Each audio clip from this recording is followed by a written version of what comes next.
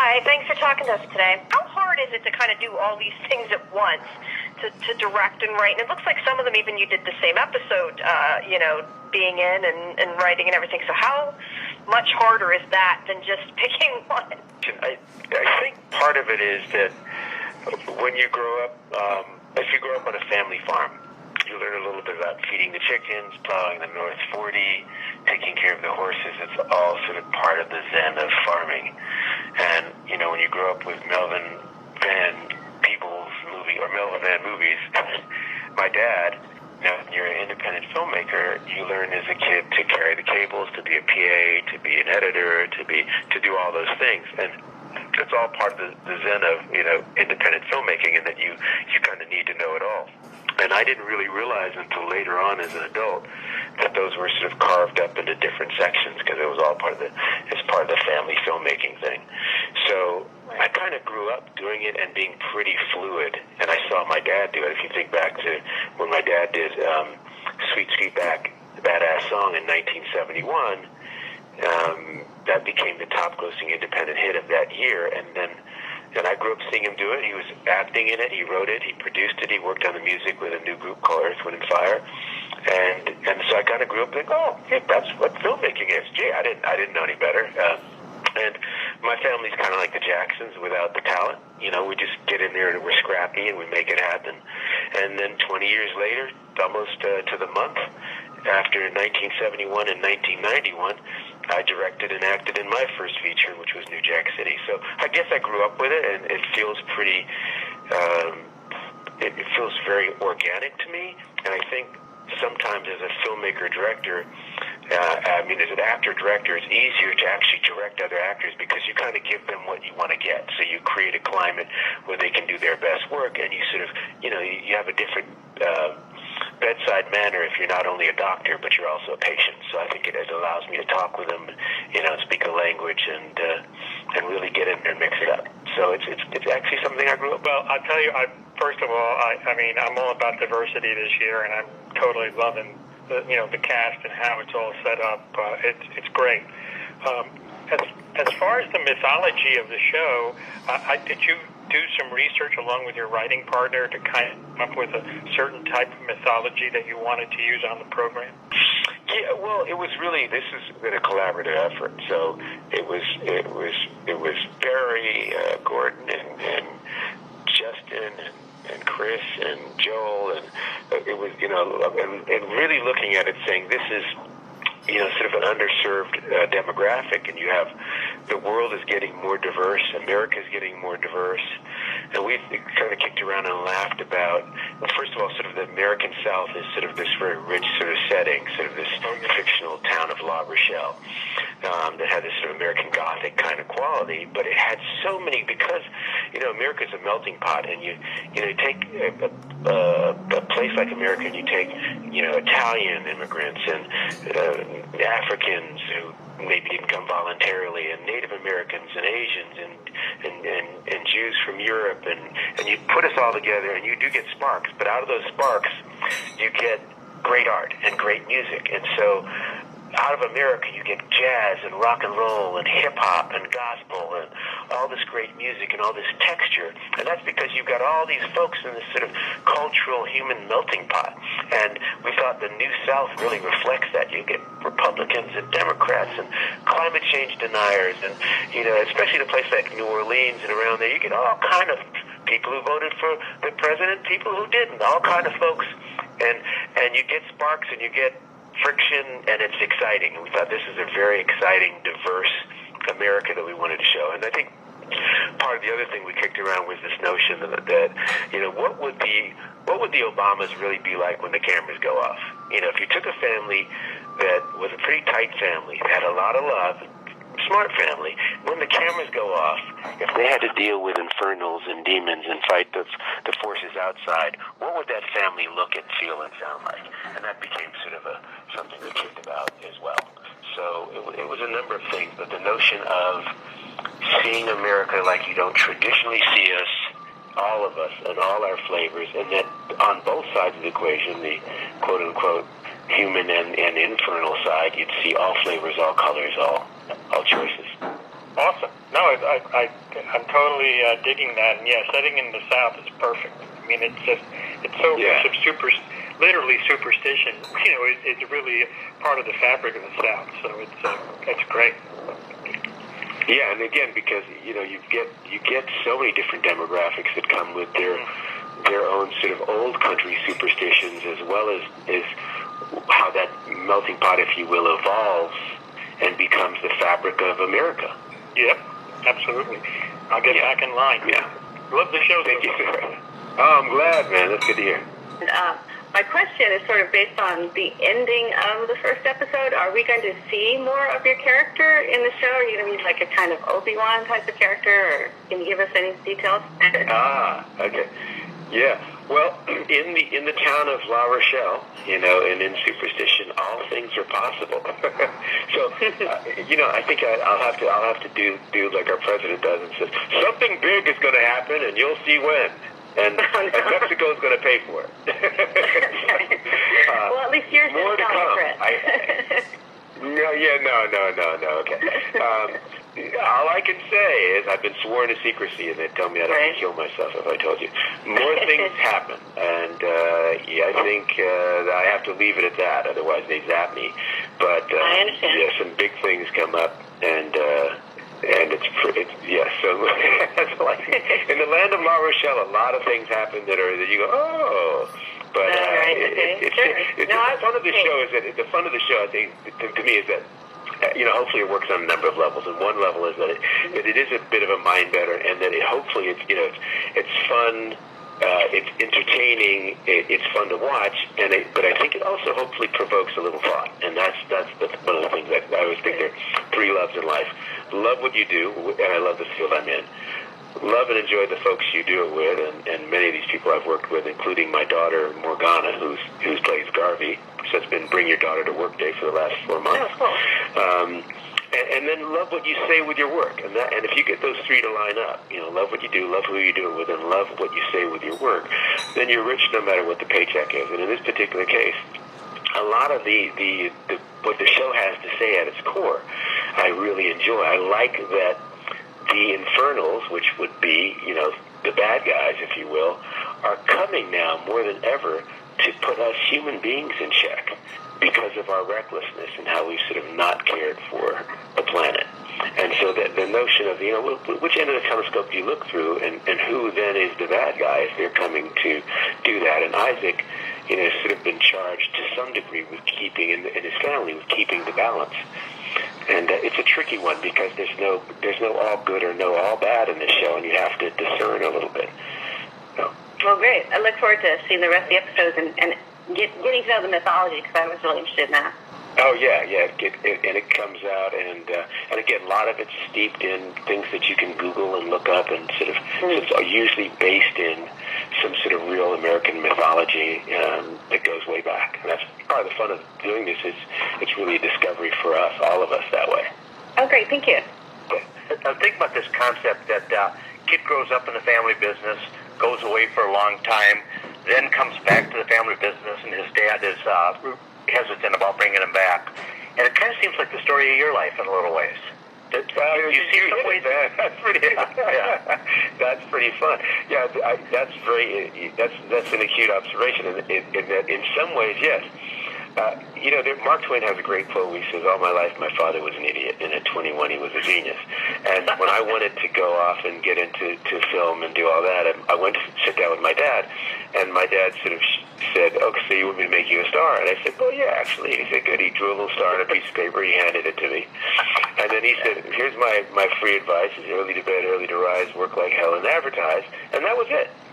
And so I went off, and, I wasn't happy with that, but I went off and I got into theater, did a lot of plays in New York, and then I got a break in a film called Cotton Club, directed by Coppola, and people I would later work with were in the film, and including Nicolas Cage. And slowly, got out to L.A. and started to work my way up, and then I got my own TV show called Sunny Spoon and Heartbreak Ridge, and started directing New Jack City, et cetera, et cetera. And I looked back later on and was really glad that my dad had sort of that thing of do it yourself, man. You do it yourself, and because you can't. Everyone loves to, every kid has an innate understanding of playing make-believe, and we all love to, play make-believe, but that doesn't mean you're going to make a living as an actor or a filmmaker. It doesn't mean you'll be able to monetize it. I think if everyone could do what they love, you'd have a lot more food tasters and porn stars, but we're not all cut out for that. So, I mean, as much as I would love to, do those, that's not what everybody's cut out to do.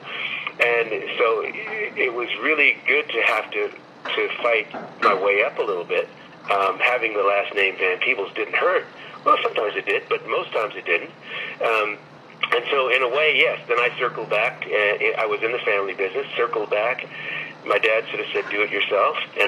But by the time I really started rocking and rolling, I was able to connect with him. And we were on a movie called Panther about the Black Panthers. And keep in mind, I'd done New Jack City, which was, the biggest Warner hit of that year. And then I did Posse. And then I went off to do a movie on the Black Panther Party, which was a tricky movie politically to get done. And my dad wrote it, and we produced it together. And he looked at me and said, "Son," he said, "I am so amazed that we get to work together in this lifetime, and that you're courageous, and you have the heart to do films that are not always easy to do, but films that really say something. And whether people like them or not, they'll remember them when they see them." And that became part of what I want to do. I want to do films and television that have something to say, that entertain you, yes, but hopefully have a little nutritional value. So there are parallels to that, and I suppose that to some degree in Superstition, I am now playing the dad, but secretly, I want my son back. I want to work with him. This is a dream come true. That's cool. Okay, thanks a lot. Yeah, man. Thank you. Good question. What were you looking for when you were casting for the roles of the show? Yeah, what I wanted was cast that I felt that felt smart, that felt like people that you'd want to have a drink with, and that at the core felt like people that you would laugh and hug, and that are in essence positive and happy to be who they are. So what do I mean by that? There's certain people that just, you feel from them that they enjoy being themselves. And I wanted a family that, one, you believed is a family that could overcome issues that families often face, but that at the core of the show, it's life affirming. I wanted the family to feel like they were multicultural, that within the dynamic of our American family, you could feel that, at times my wife could be, more in the Michelle Obama mode. But at night, when she's got to get into her full sort of, mystic side, other things come out and other sides come out. So I wanted people who had a duality, people who were multicultural, people who could speak other languages, people who could laugh at self, and people who were bilingual. And I don't just mean bilingual in terms of language, but even in bilingual in terms of socioeconomic divide, that they could talk to the brother or sister in the street, or the brother and the sister in the trailer park, but they could also talk to someone at the White House. Kind of like that Kipling poem, talk with the crowds nor lose your virtue, walk with the kings nor lose the common touch. If neither loving friends nor foes can hurt you, and if all men count with you but none too much, if you can feel the unforgiving minute with 60 seconds of distance run, yours is the world and everything in it, and which is more, you'll be a man, my son, or a woman. And I wanted folks who kind of got the joke of life. I felt, if we're going to do this in the long haul, I want the funnest, best, smartest, family that I can get, and that's what we went after, and we found them, and it's been a ride, and as we go on, it just becomes more and more that way, not to mention the fact that some of them are legitimately my family.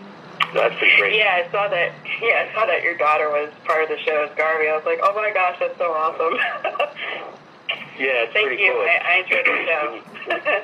Oh, I'm glad. Yeah, she's a smart cookie. She's at Columbia, so she's taking a semester off to do the show. And I said, and she's old enough to get her own place. I said, honey, you get money, you don't have to live with Dad. She said, no, I want to live with you, Dad. And so we've been playing house, and she's vegan, and she's trying to keep me healthy. So we have our little vegetarian meals, and we work out together at the gym, and it's been fun. It's been Bring Your Daughter to Work Week for a couple months, and it's great. Are the Hastings just ordinary people that belong to a family whose lineage comes with the responsibility to protect the town from infernals? Or does each member of the family have a special skill or ability that makes them more suited than anyone else to perform this duty of protection? Oh, man, how can I tell you that? That's the question you're supposed to ask. That's why you watch the next one, Alex. Come on, man. I could ask you another question. That's a great question. Let's stay with that. I think you find out over time that we're all individually suited, but collectively the sum of our parts, the sum of the family together is greater than the sum of our parts. And as we link up and really work together more, it's not just that the four of us are four. They actually, it becomes, there's a power in our unity. And that's also something that I wanted to show here, that I think there's a power in unity and family. And let me just go through this real quick. I'll just take you through this. This has to do a little bit with soul maturity. And this is something that I feel I wanted Isaac to have, the character I play. If you have a baby cries when it's wet, it cries when it's hungry, and it's aware of its own physicality, okay, because now suddenly it's out in the world and gets cold and hungry and wet, okay? So it cries when those things arise. Now, as the baby gets older, it becomes more aware of, I've got brothers and sisters, I've got mom and dad. Now it realizes, gee, if dad's unemployed, if mom is sick, it can't be happy because now it's affected by the family. So that's the next circle, right?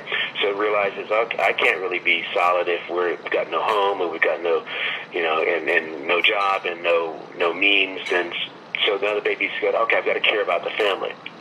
And now the baby realizes, well, wait a minute, okay, now, but say my people, okay, so in other words, if the socioeconomic or racial group I'm born into is downtrodden and unemployed and getting kicked across the border, but then we're all in trouble again and we're getting arrested by the police or whatever it is, whatever you're dealing with, I can't be healthy without understanding it's not just me, it's not just my family, it's all people, it's all my people. And then he goes, okay, now it matures a little more and says, now I've got kids, but I'm sending my kid to school with that Asian kid and that black kid and that Jewish kid and that Chinese kid. I'm sending them to school, so I got to worry about the whole human family. And then it goes bigger than that. Say, well, what are we eating? Are we eating polluted food? Are we eating chemicals? I got to worry about the mineral kingdom and the plant kingdom. And the more you grow as a soul, unless you get stopped along the way, the more you realize we're all interconnected. And that it's not just about the web of your own biological family. And I did Roots, and one of the things on Roots was we got our racial makeup done. So, the 23andMe or Ancestry, whatever those are. And my pie chart, like everyone's pie chart, is really mixed. I've got African blood from West Africa. I've got a lot of European blood, English, British, French, and I've got some Native American blood. And as you understand the story of the Hastings, we are really all Americans. And so, as you'll find out with Isaac, and I can tell you this, he's got some heavyweight European blood and African blood. And so the human family is part of his family, and that's the bigger understanding. So Dr. King would say we either learn to live together as brothers and sisters or perish together as fools. I add to that, we learn to live together as brothers and sisters in harmony now with nature, not just with each other, or we perish together as fools.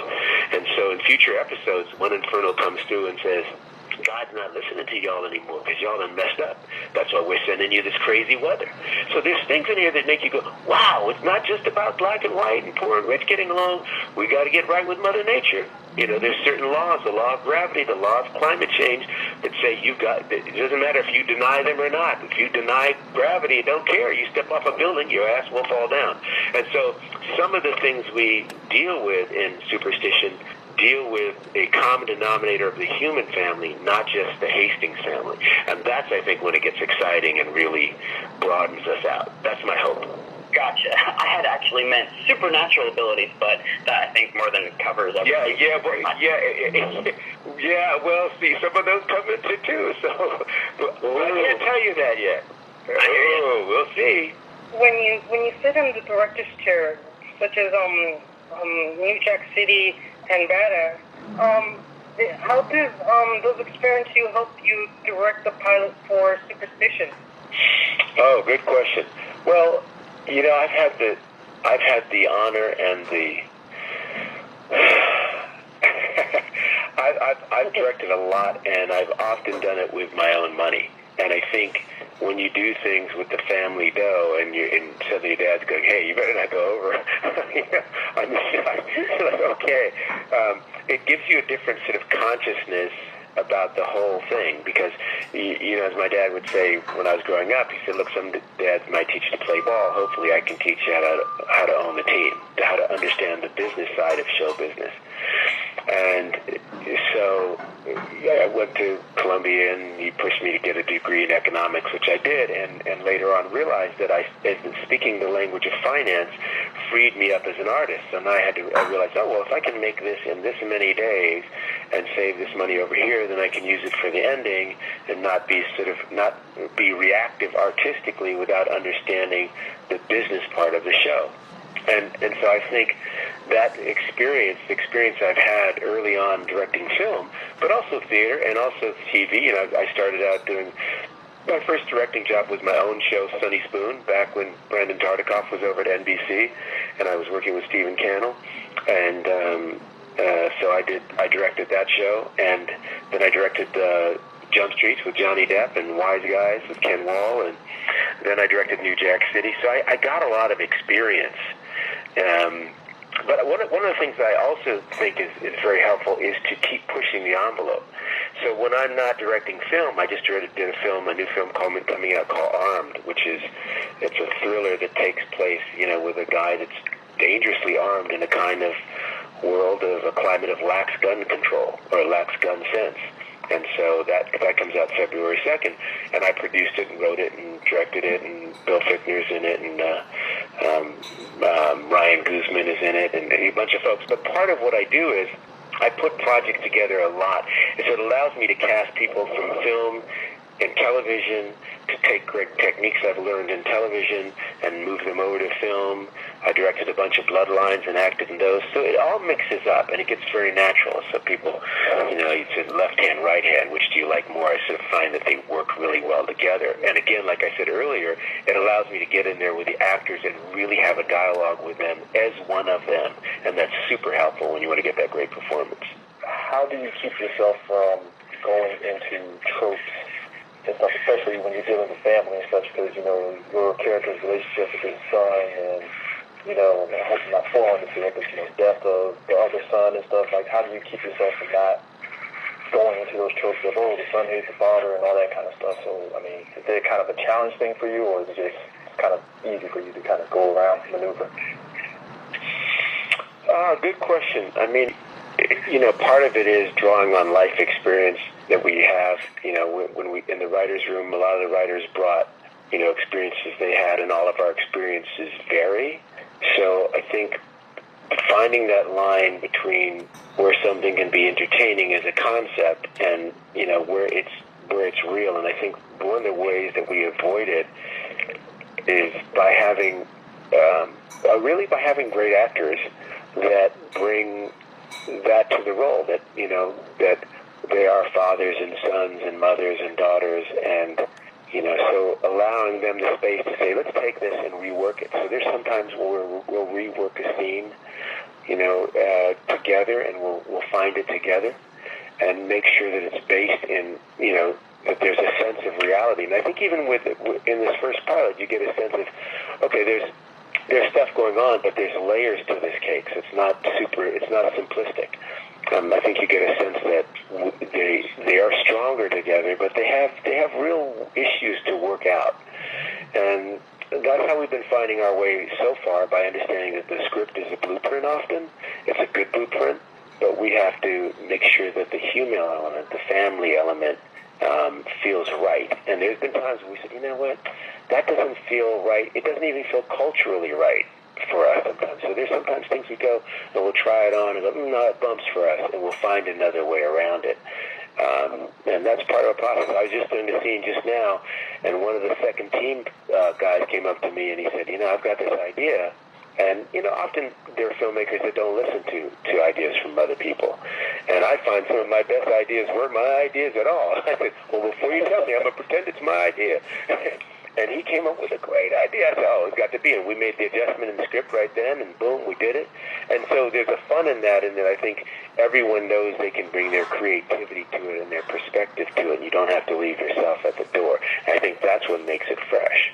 I think there's sort of a timelessness to La Rochelle, this fictional town that we're in, that also makes it fresh. And also, I think the more multi-culti dynamic, just in terms of the cast, gives it a different perspective. In this particular episode we're doing right now, there's a character called Uncle Bubba, who's played by the comedian Bruce from Atlanta, and he brings a whole other vibe to it. Just a whole other fresh look. So we mix it up, and you go, oh, this cat is in it, and Jasmine Guy comes into an episode, and someone else comes over here, and it's exciting to see that this is a show that folks want to come in and out of, and I think that's partly due to the writers' room. Hopefully making it smart and character driven. If you don't care about his running and jumping and kicking, you don't really care. You don't give a shit. So you gotta go, oh wow, I want to be with these people. And here's the other thing, and they're not doing stupid things. Sometimes in horror movies, people do stuff you would never do. If we get to a page and go, man, my character would never go back in that haunted house looking for the kitten. He'd be like, I'll come back tomorrow. So we try to read it that way with the bullshit meter and go, man, I would not do this. You know what I mean? So how does that happen? How do we make sure that Robin Lee's character of B is elegant and all that great stuff and a loving mom, but still might, cock that shotgun when it comes time to be Mama Bear. You know what I mean? So that each character is 360. Each character is multi-dimensional, and that's part of the fun of it. And that's part of the challenge. That's a good question. Do you see your father in you? And if so, what are some of the things that you experienced with him that you see yourself doing now? Quite often, that's an interesting question. And now and I think that's one of the things that is so terrific about life. If you're lucky enough to live a long, full life, as I am, so far anyway, knock on wood, is that one day you're the child, next day you're climbing over trying to take apples from your neighbor's yard, and next day you're a homeowner and you have an apple tree and that kid's climbing over into your yard, and now one day you're chasing someone's daughter, next day you have a daughter, and so life gives you a chance to play all those different roles and learn from each perspective. And I grew up seeing my dad do a lot of this, and I learned what to do, what not to do. And often he has these great Melvinisms. He'll just say certain things that just, he, like, for example, someone ask him, well, Melvin Van Peebles, do you feel lucky? And he goes, oh, luck is preparation meets opportunity. And I find myself, if you're prepared and your life provides you the opportunity, then you'll be lucky. If you're not prepared and life provides you an opportunity, your ass ain't gonna be lucky. So he has these great Melvinisms. So and he has this way of talking that he calls ghetto Gothic, which is he'll hit you with a nice big word, but then he'll break it down into sort of everyman style. And there's a fun to that. And one of the things that I sort of thought about with my character of Isaac is that he can be lofty. He can know the quote from, an African quote or something from the motherland and something from, a European quote. But then on the other side, he can talk to that everyman brother in the street. And that's a really great thing. I like back to that Kipling thing of talking to the crowds, nor lose your virtue, walk with the kings, nor lose the common touch. And he has a great sense of humor and getting the joke of life, and has never been bitter. That's the thing. He's gone through a lot. I mean, this is a cat who started directing when there were no black directors, and he went to Columbia Pictures and said, I want to direct movies, and they said, we don't need elevator operators. And he didn't get bitter. He said to me, son, there's three kinds of people in the world. There's people that watch stuff happen, there's people that complain about what happens, and there's people that make things happen. And the Van Peebles, we get out there and make it happen. You might not like the show, you might not like the movie, but rather than just complaining about what's on TV or what's not on TV, get out there and put it on TV. And hopefully, if you build it, they will come. And so that's very much a Melvin Van movie sentiment. So, and Barry has that, Barry Gordon has that, and Joel, my my partner on this, and we're all scrappy guys that had to make our way out of no way, and that's fun of it. It's a fun team like that because we've all been poor kids, and when you make a movie like that or you make a show like that, you appreciate all of it. Yep. So I think that there's a lot of that. There's a lot of. I like to think that I'm not a boss, but I'm a good boss if I am a boss, I'm fun and I can create a climate where people can do their good work, but they know to take it seriously. They know to work hard. They know I will call them out. They know if they got the same last name as me, they better get there early and leave late.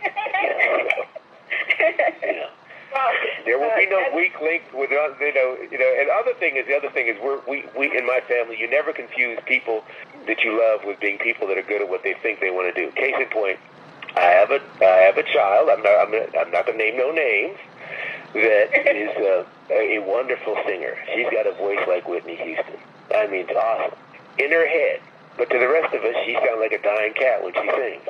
Right? I know in her head she's Mariah Carey. But to the rest of us, she can't sing a lick. Okay? Now, I got to, luckily, she's very smart. So I go, they will say, baby, singing might not be the way. Maybe you need to work on your law degree. Now she's killing it, making laws in the Senate. She's doing her thing. She's a powerhouse. My mother loves to act, and I'm sure my mother in her head is a burden, right? But I never hire her because girl can't act. Now, that doesn't mean I don't love my mother. You know what I mean? So I may, if I love you, I'm going to tell you the truth. That's just a part of the Van Peebles mantle. So I don't just put you in because you want to be in. You better bring something to the mix. Have you personally experienced any strange or unusual phenomena? And if not, can you talk a little bit about what it is about the sci-fi genre that you enjoy exploring? Yeah, that's a good question. So, to the first question, have I personally experienced any strange or unusual phenomenon? Yes. I have. Yes, and I've known other people that have too. Now, strange usually means things that folks don't understand, right? So you can go to the middle of a field and take a box with you and get music out of that box.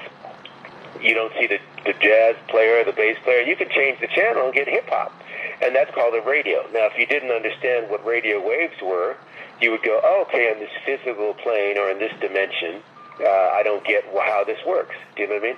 I don't really understand, truth be told, how an airplane works. But I get in there, I get in the big metal tube with everybody else who seems to believe, and somehow we land somewhere else. There are things we don't understand. Water can be in a solid, a liquid, or a gas. Do you know what I mean? The use of energy. That we know that this phone I'm talking to you right now is not solid. It's actually particles vibrating very close together. So it's held together by energy and information. Now, once you understand the keys to any energy and information, you realize that we're all semi-permeable membranes.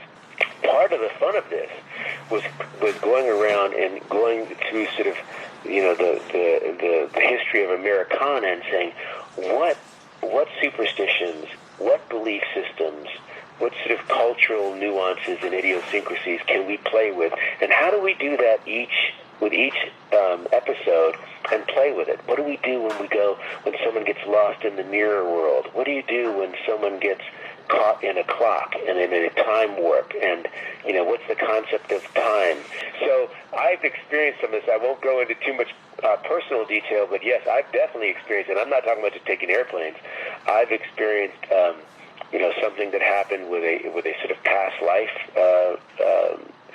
regression that I went into. I didn't believe it, but man, when I saw it, I thought, oh yes, this is very familiar, and I don't want to go back to that lifetime. I've had that happen with my kids, where we went to do things together, and someone did a reading for us, and it was very, very illuminating, and it really actually helped me be a better parent. But I'm a weird guy in that I'm personally okay with saying, I don't know. I don't really know what happens when we die. I'll find out, and I look forward to finding out. I don't want to find out too soon. I want to enjoy what I'm doing right now, but I look forward to finding out. I don't really know which belief system is always the best. I suppose the one that makes us kind is probably a good place to start. So there's a lot of things that we have one superstition about people reading the grinds in a coffee cup. It was written in there. I said, we Googled it, talked about it, discussed it. My cameraman came over and said, how'd you guys know? I said, what do you mean? He said, this has happened to me twice. I had a woman read the grinds in my coffee cup and predicted that I would have a child, predicted when, predicted that I would shoot the sequel to my movie, predicted when. People can come at this game from all kinds of places, from Vedantic theory, from past life theory, from religious aspects, from all kinds of places. There's a lot out there that we human beings don't understand, and that's part of the fun of playing in the area of superstition. How many episodes are we going to have this season, and what's the title of the first episode, the pilot episode? And will we see the story arc that started in this first episode, will we see the finish of it by the time the season ends? There are going to be 12 episodes, and we're filming them right now, and I may have to run back to set because I'm working on episode 9 right now, and it's exciting. Oh, man, it's just getting better and better. But yes, you'll see some of the themes that started out in number 1 are weaved throughout the season and finish or culminate, if you will, by episode 12. So there's things that definitely pay off. So that are like building blocks that build one to another, which is kind of exciting. So you sort of figure out your story, your narrative to some degree in long form, and then each one has its own particular signature and characters that they deal with in each episode that are different, but some that line up all the way. And I can't tell you too much more than that without giving stuff away. So there's some exciting stuff coming up.